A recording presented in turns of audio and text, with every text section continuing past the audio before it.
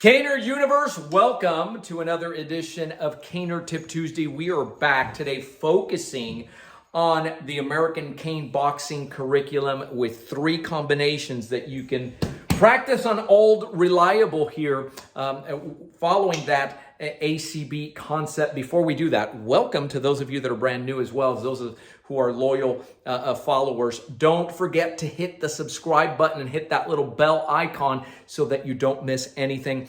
And the free resource still available to you, jot it down. You want to text the letters CCC to 305-745-7839 to have that cane clarity call where you will walk away from that call with an actual blueprint and know exactly, have all your questions answered. Doesn't matter if you're a beginner, you're intermediate, advanced, you're an instructor, you want to become an instructor. We will outline for you what that action plan is so that you don't waste time. So combinations using that 32, it's very compact. And I'll go ahead and show you how you can practice this. We like this bob a lot, right? This is the Versus bag, and Caner Bob here, he has legs. He has, you see it down here, that's where I'm going to be striking in one of these combos at least. But now you're working in here. And I like the fact that he has a guard, because this is something, when you see this movement, which looks like a short figure 8, you're kind of breaking in here. Somebody's coming to put their hands. So I would just straight off the bat familiarize myself with this movement. It's not necessarily where the guard is coming down. It is actually a way to get in there and break that guard if you are getting hit, if you're getting struck. Now you're hitting to the inside, right? So somebody's coming here. You're either hitting to the radial bone, you're hitting to the ulna, but you certainly prefer not to hit this meaty portion where there's muscle there on the flexor. Same goes for the extensor. So if you see, I like the fact that this bob bag gives you that anatomical description there, right? And so once you're already to the inside here, now you can go ahead and come up with that uppercut and come right back down on the clavicle. So in essence, what you're doing is very up close. Hey, listen, I don't want any trouble. And you wouldn't want to hold this there so they can take control of it. But you're down here, and all of a sudden, he decides to move, right? And so you're to the inside, and now you're breaking and coming back in. Inside jab, and when you first do it, you want to shadow box this, going from here to here. Shadow box just means doing a walkthrough without actually making that contact. But you're here and here. You're going to move to the inside and then create that distance as you come down on that clavicle. So if I do that slowly, it's moving up here, moving up and coming down. Keeping in mind, again, impact tool, seeking bone, clavicle, rib strike up close as you're moving in. The really neat thing is that you can take it and just with a turn, you have that palm rest, which I'm not striking on that bag with it up close, move in and striking here to the inside. Keep in mind that whatever you do with that cane in the ACB curriculum, you're also doing it without the cane. So you set that down and you can partition here to the inside, right? You can partition and come up to the inside, palm heel to the inside as well. Break the eyes on the way out. So it's a little bit different when you're using the hand. The hand, you don't necessarily want to be striking bone. The average person does not have the conditioning of the hands. You're going to damage your hands if you're doing that. But you can still move in here, right? To partition, come in, come down on that nose with a hammer fist as well. See, so it's meaty portion of the hand. This movement is already built in. You can do that under duress. It's still a gross motor. Bam, hammering is built in there. You can do it with a tool as well, right? So if you had anything, a pen, knife, whatever it is, you can use it there as well. So that's one of the combinations. The second one is to go ahead and use that ACB jab. And if I'm shadowing that, I can jab down low and jab up. And that's one of the beauties of this, is I can move here and here, jab, jab, and move up to the head. And what I'm going to do on this one is jab, jab. I'm gonna duck under. When I duck under, I'm taking out that knee and coming right over the top as well. So, jab, move, take out the knee, and strike to the limb. That strike to the limb, remember what I always tell you, if you shut down the limbs, you win. Whoever can do that successfully. So if I'm here, take it out, come right back down. Jab, jab.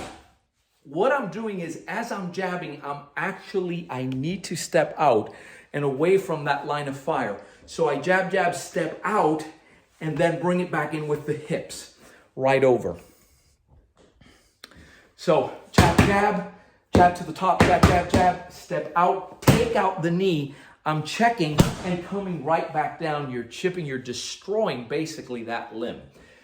Keep in mind, because that's what he does damage with, whether it be a punch or it can be what he's holding on to now. Same thing happens here when I shoot out that palm heel strike and I open my hand in purpose to go into the eye. So I'm hitting under the chin, I'm hitting to the nose, and I move out. If I'm striking down, it would be to the low. I have no interest in striking somebody in the abdomen. People can take shots there. They're jacked up on adrenaline. Strike to the... I move over. When I move over, what I'm going to do is I'm going to target, right, with a scoop kick. I'm going to take that and scoop kick to the knee. When I come right back down, rather than hitting on that bone, I would either hit to the forearm to knock that down. But really what I'm looking to do is I'm not seeking bone here again, right? It gives me the opportunity when I'm moving out here, it leaves me wide open for that hammer fist to the side here in the trigeminal area or to the temporal region. And I'm looking again to incapacitate so that I can get out of here. That's really what I'm looking to do. If I move back into this position and he were to throw this shot, so imagine the shot is coming here now. So I moved in here, I was able to strike, but he's striking and this is extending at me. So what I'm gonna do is go ahead and step out, take out the limb and then come back. This in the ACSD system is called a low 3 followed by a 5. And that low 3 is taking out the knee.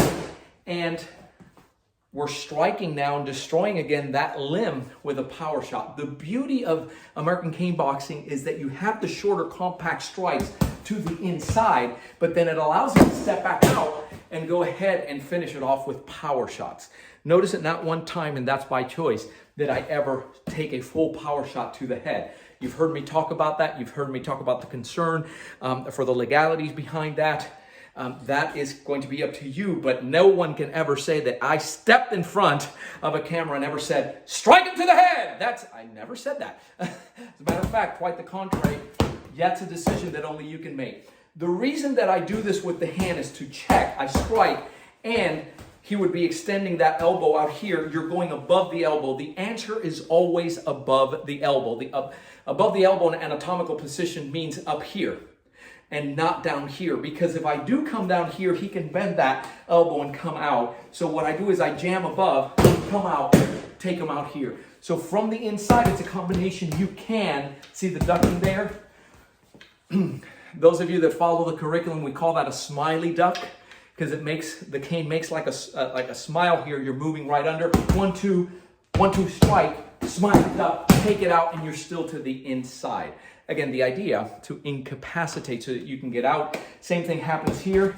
This time you're going to move out. You're going to use your leg to take out that knee. So we don't strike down here with the arm. Boom, that's what you're taking out. Come out to the top. Pop, pop, right? To take them out.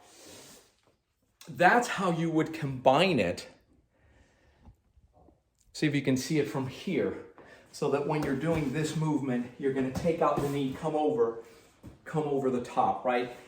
Either to strike, hammer, or let the elbow come all the way through. So it's built in there as a 1-2, but those are 3 combinations that you can stick to in here, coming out, stepping to the side, stepping to the other side, right? You can jab out here, come out.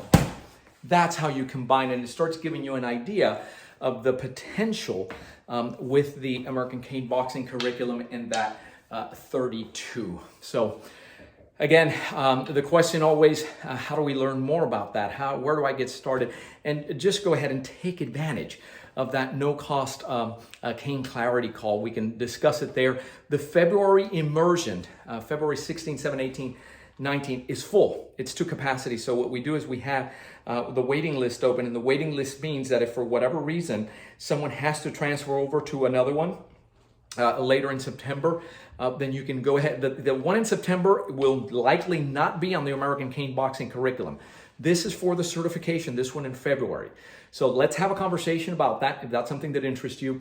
If the waiting list grows and gets big enough, then we are looking at moving it to the ballroom, the bigger location, so that everyone is comfortable given this whole circumstances we're at. But as of now, that registration is full. We still would love to talk to you as to how to get started and any of the questions you have. And again, that's texting CCC to 305-745-7839. I'm Joe Robaina for American Cane Self-Defense and the American Cane Boxing Curriculum. Thanks for watching.